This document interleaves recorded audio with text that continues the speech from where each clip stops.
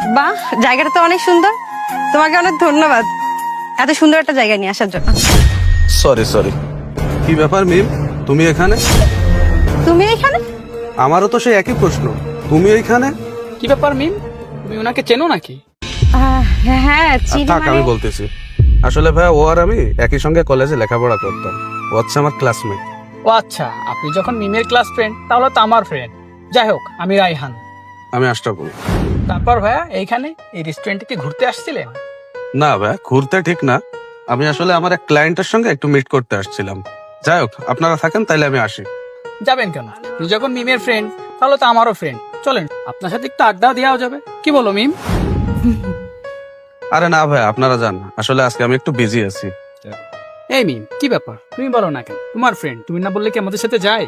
আরে থাক না, ও যখন বলতেছে বিজি আছে, শুধু শুধু ওরা জোর করতেছে কেন? এই তুমি থামো তো, ভাইয়ের সাথে আজকে পরিচয় হইলো, ভাইয়ের সাথে আড্ডা না দিলে হয়? ভাই চলেন তো। আচ্ছা ঠিক আছে, আপনি যখন এত করেই বলতেছেন তখন কি আর করা, চলেন। আচ্ছা চলেন। কি ব্যাপার, তুমি দাঁড়ায় আছো কেন? আরে আসো। বসে। তারপর ভাইয়া, আমি আর মিম তো ফ্রেন্ড, তো আপনাদের পরিচয়টা এখনো পেলাম না। কাইন্ডলি আপনার পরিচয়টা একটু দেন। ও, আমার পরিচয়? আমি মিমের বয়ফ্রেন্ড। ও আচ্ছা, তাহলে আপনি মিমের বয়ফ্রেন্ড। কিরে মিম, রিলেশনে আছিস অথচ জানালি না, কি ব্যাপার? না আসলে ও থাক, তোর আর বলা লাগবে না। তারপর ভাইয়া, আপনাদের রিলেশন কতদিনের? এই তো ভাইয়া, 1 বছর মতো চলতেছে। কি বলেন, 1 বছর আপনাদের রিলেশন? কই, মিম তো কোনো কিছু জানালো না। তারপর শুধু কি প্রেমই করে যাবেন, নাকি ভবিষ্যৎ পরিকল্পনা আছে? বিয়ে শাদী কবে করবেন?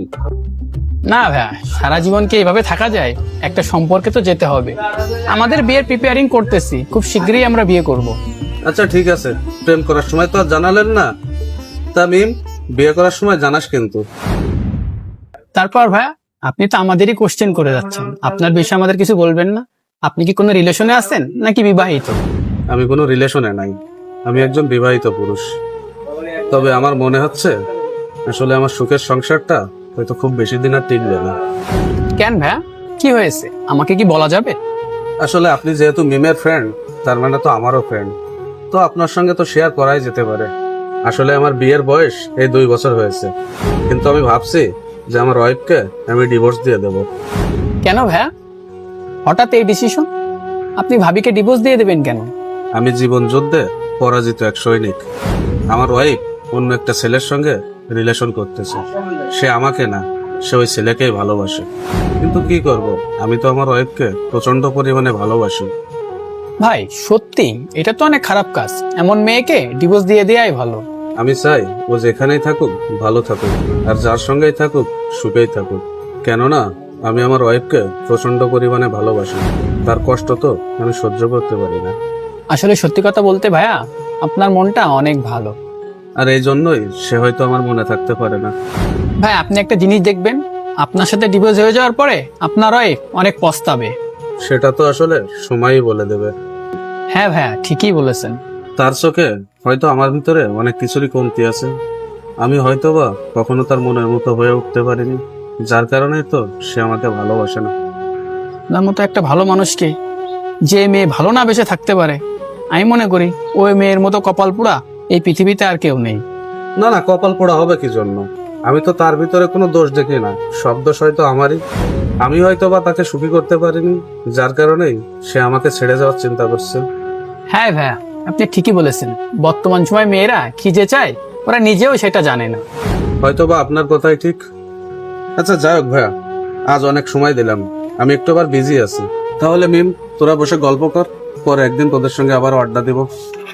আচ্ছা ভাই, থাকেন তাহলে। আচ্ছা ঠিক আছে।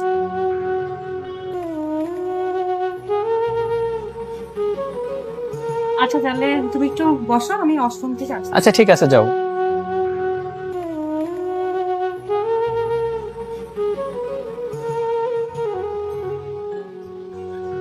দাঁড়াও দাঁড়াও, তোমার সাথে আমার কিছু কথা আছে। কি কথা বলো? বিষয়টা যে এমন হয়ে যাবে আমি সত্যিই বুঝতে পারিনি। তুমি আমাকে প্লিজ ক্ষমা করে দাও। তুমি কি বুঝতে পারো না? আমার যা বোঝার সেটা আমার বোঝা হয়ে গেছে।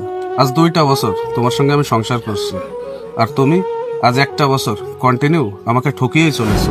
আজ একটা বছর হলো তুমি অন্য একটা ছেলের সঙ্গে রিলেশনে রয়েছো, এরপরেও তুমি আমাকে কি বোঝাতে চাচ্ছ? আর সত্যি কথা বলতে কি, তুমি তো আমাকে ভালোবাসো না, তুমি তো ভালোবাসো ওই ছেলেকে যার সঙ্গে তুমি দীর্ঘ একটা বছর রিলেশনে রয়েছো। প্লিজ দেখো, তুমি আমার ভুল বোঝো না, আমি তোমার অনেক ভালোবাসি। আর তাছাড়া তুমি যেটা ভাবতেছো সেটা ভুল ভাবতেছো। কি ভুল ভাবতেছি? আমার চোখ কি অন্ধ? তাহলে আমি যেটা দেখলাম সেটা কি ভুল? তাছাড়া তোমার বয়ফ্রেন্ড তো বললোই যে তোমরা দীর্ঘ একটা বছর রিলেশনে রয়েছো, তোমরা খুব শীঘ্রই তোমাদের বিয়ের প্রস্তুতি নিচ্ছ, তারপরেও তুমি বলতেছো যে আমি যেগুলো দেখছি বা যেগুলো শুনছি সবকিছুই ভুল। তাই তোমারে বলতেছি আমাদের আলাদা হয়ে যাওয়াই ভালো। তুমি তোমার বয়ফ্রেন্ডের সঙ্গেই থাকো আর আমাকে আমার মতোই থাকতে দাও। আর আমি সবসময়ের জন্যই দোয়া করি যে তুমি যেখানেই থাকো সুখে থাকো, ভালো থাকো। তাই তোমাকে বলি, তুমি নেক্সট টাইম আমার সঙ্গে আর কোনো ধরনের যোগাযোগ করার চেষ্টা করো না। আশা করি আমার কথাগুলো বুঝতে পারছো। ভালো থেকো। স্বামী স্ত্রী সম্পর্কের মূল ভিত্তিটাই হলো বিশ্বাস, তাই কখনো কারোর বিশ্বাস ভঙ্গ করা উচিত নয়।